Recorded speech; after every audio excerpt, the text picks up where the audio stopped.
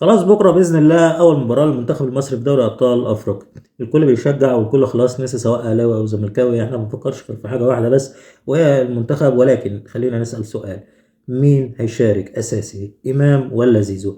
عشان احسم لك الموضوع من اول ثانيه واقول لك ان مفيش حد اساسي ومفيش احتياطي، وده اللي اجتهد الراجل اللي اسمه فيتوريا عشان يوصله للناس ويوصله للعيبه قبل ما يوصله للناس. انا مفيش حد عندي اساسي ومفيش حد عندي احتياطي، كل واحد فيكم ليه دور وليه وقت او توقيت في المباراه. انا في رايي لحد هنا المفروض انت استريحت وانا استريحت والموضوع انتهى.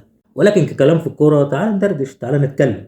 ليه زيزو ممكن يشارك وليه امام ممكن يشارك؟ في رايي زيزو مع الراجل ده او مع فيتوريا انضم قبل امام عاشور، وبالتالي كانت فرصته اكبر في المشاركه والمشاركه بشكل فعلي مع محمد صلاح. يعني الراجل اللي اسمه زيزو خد خلاص على لعب صلاح وصلاح خد على لعبه، الاثنين التفاهم بينهم سواء دفاعيا او هجوميا بقى على افضل ما يكون. الوانتوهات بينهم، البساط القصيره والبساط حتى الطويله تدي ميزه وترجح كفه زيزو شويه. زائد كمان ان في بعض اوقات المباراه بيضطر محمد صلاح او محمد صلاح بيدخل، مش بيضطر، خلينا نقول بيدخل في عمق الملعب او بيدخل على المنطقه. مين ساعتها بيكون واخد مكان محمد صلاح؟ زيزو لما بيبقى واخد مكان محمد صلاح في الوقت ده او في الثانيه دي، هو في الوقت ده هو جناح، فاكيد مفيش جناح في مصر في ناحيه اليمين افضل من زيزو.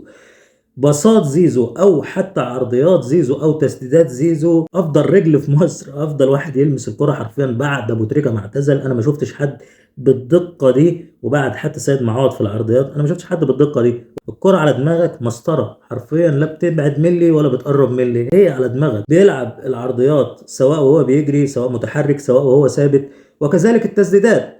فرجله مظبوطه جدا على الجون، رجله مظبوطه جدا على دماغ زمايله وعلى رجل زمايله. بيلعب الكرات الطوليه بشكل جميل جدا، بيلعب الكرات القصيره برضو بشكل جميل جدا. الكره في رجله ما بتاخدش وقت، هو لو رقص فهو برقص عشان يعمل حاجه سريعه وبس، انتهى الموضوع بالنسبه له. فاذا زيزو ايجابي جدا على المرمى، ايجابي جدا مع زمايله دفاعيا وهجوميا فرديا وجماعيا زي ما قلنا. امام عاشور مش هنختلف كتير عن اللي قلناه على زيزو، ولكن اللي يزود امام عاشور سنه وهي فكره ان الراجل لو لقى فرصه ان هو يسدد على المرمى بيسدد سواء بيمينه او بشماله، ما بيفكرش، هما الاثنين واحد والاثنين مظبوطين على الجون.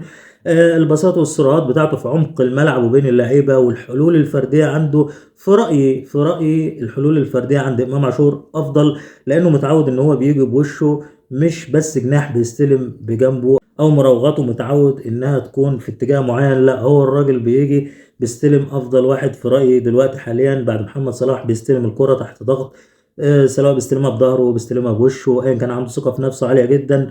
فانا في رايي زيزو وامام الاثنين مش هيفرقوا كتير عن بعض. اللي هيشارك فيهم الاول او هيشارك فيهم في بدايه المباراه، الثاني هيشارك في، هيكون له دور برضه في وقت من اوقات المباراه.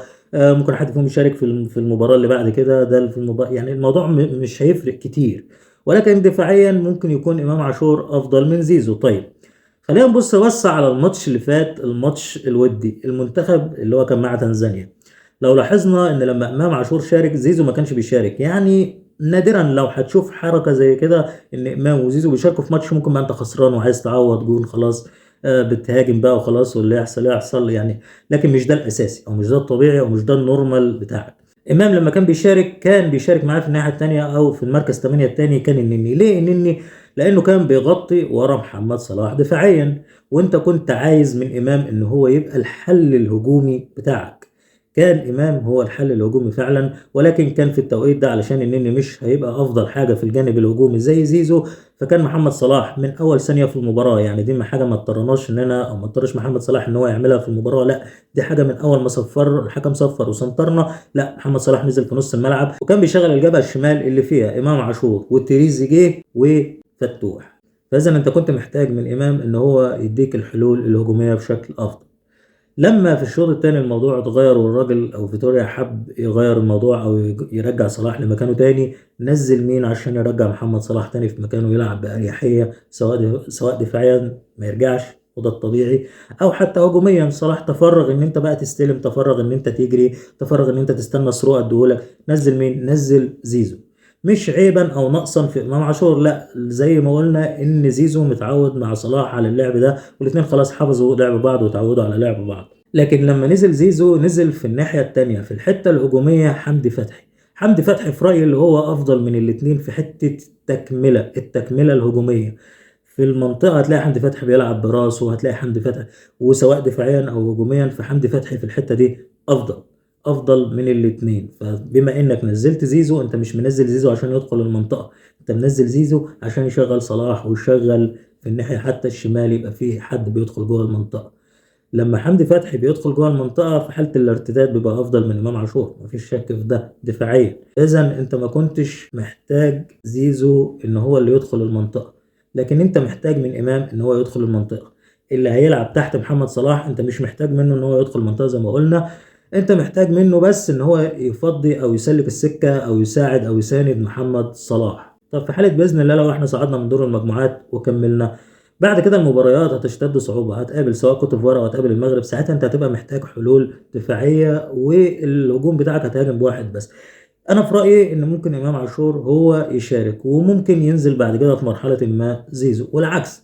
يعني باختصار عشان نلخص اللي قلناه، مفيش احتياطي ومفيش دفاعي، ده اللي قاله الراجل مش بالكلام، اللي قاله بالفعل. ولكن لو عايزين ندخل جوه دماغ الراجل نفسه، تعال نبص في مباراة سيراليون اللي كانت بره ارضنا. اختار الراجل ان هو يلاعب فيها محمد حمدي دفاعيا هيبقى افضل من فتوح، واختار ان هو يلاعب فيها امام عاشور لولا ان امام عاشور حصل مشكله وقلب وشه وما لعبش في المباراه دي فلعب زيزو. ليه الراجل لعب او كان مختار ان هو يلاعب امام عاشور بره ارضه؟ لانه كان شايف ان المباراه بره هتبقى اصعب من على ارضنا، فكان عايز دفاعيا امام عاشور هيبقى افضل، وكذلك هجوميا هيبقى في حاله الارتداد بتاع امام هتبقى افضل من زيزو. اذا الراجل شايف امام عاشور في الناحيه اللي احنا هندافع وهنهاجم فيها ولكن هندافع بشكل اكبر، هو شايف امام عاشور هيبقى افضل من زيزو. اما لو انت بتلاعب فرقه متكتله وبتاع، هو شايف ان زيزو او امام الاثنين زي بعض. ففي رايي انا ان كفه امام ارجح ولو بنسبه 10% 5% ايا كان. الا ان كل ده حلو، والكلام في الكوره حلو، ولكن على ارض الواقع زي ما قلنا الفروقات مش كبيره، وسهل جدا نشوف ده سهل جدا نشوف ده، الاثنين هيأدوا ادوار بعض بكل بساطه. مش مهم كل ده، المهم ان ربنا يوفق باذن الله المنتخب. وسواء زيزو او امام، اهلاوي او زملكاوي، مفيش الكلام ده، اكيد كلنا دلوقتي بنشجع المنتخب. ربنا يكرم ويوفق النادي الاهلي باذن الله. وشكرا.